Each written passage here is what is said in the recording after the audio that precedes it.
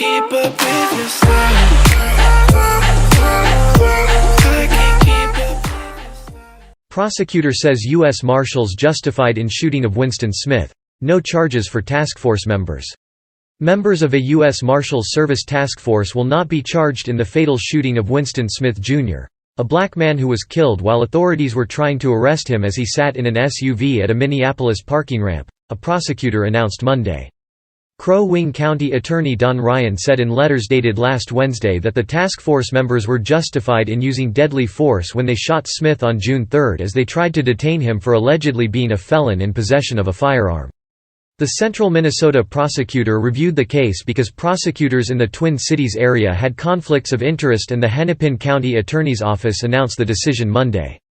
Ryan said task force members were identifiable as law enforcement, told Smith he was under arrest and ordered him out of the vehicle.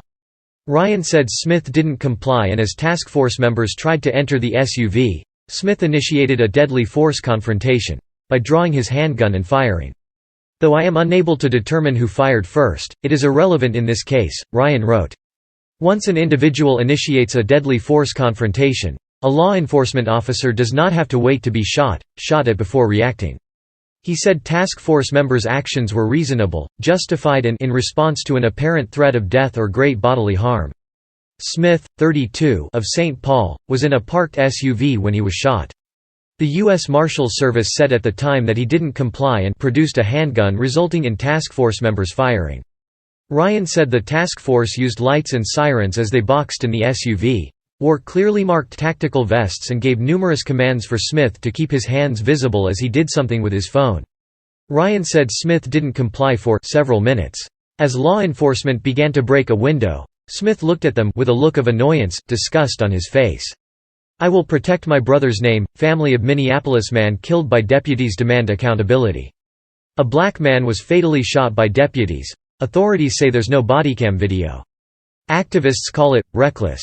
Ryan said Smith then dropped his phone, twisted his body, and leaned into the back seat. He was told to stop reaching and recoiled into the driver's seat when a task force member yelled, "Don't do it." Then, "Gun, gun, gun," Ryan wrote. That task force member then fired at Smith. Another pulled a handgun and began firing. The Hennepin County Medical Examiner's Office said Smith was shot multiple times. Jaylani Hussein, the executive director of the Minnesota chapter of the Council on American-Islamic Relations and an activist against police violence, said he's not surprised. "There is absolutely no confidence that county prosecutors can fully bring forth justice against law enforcement," he said. A woman who was in the SUV with Smith has said through her attorneys that law enforcement officers were not in uniform and did not identify themselves when they surrounded the SUV with guns drawn.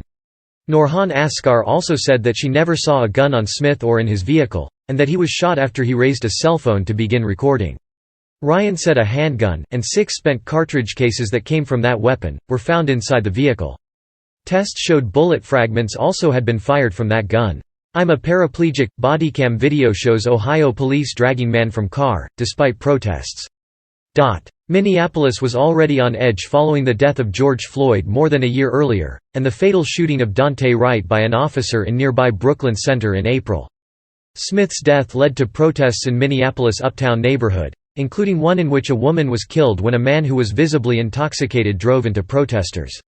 Authorities said at the time there was no video of the shooting, and the lack of body camera footage raised questions as Smith's family and activists demanded transparency. Local officials said the deputies on the task force were assigned body cameras, but were told by the U.S. Marshals Service that they could not use them, despite an October 2020 change in Justice Department policy that would have allowed their use. But Ryan wrote that there is body camera footage of Askar, recorded immediately after the shooting. Ryan said Askar said in the video it happened really fast, where a bunch of officers came out of nowhere and told them to put their hands up. In the video described by Ryan, Askar said she put her hands up and pleaded with Smith to do the same, but Smith would not, saying he did not want to go back to jail and he was going to die. Ryan said Askar also gave a statement to state investigators saying she did not remember seeing a gun in Smith's vehicle. The task force members who shot Smith included a Ramsey County Sheriff's deputy and a Hennepin County Sheriff's deputy. Their names were not released because they were working undercover.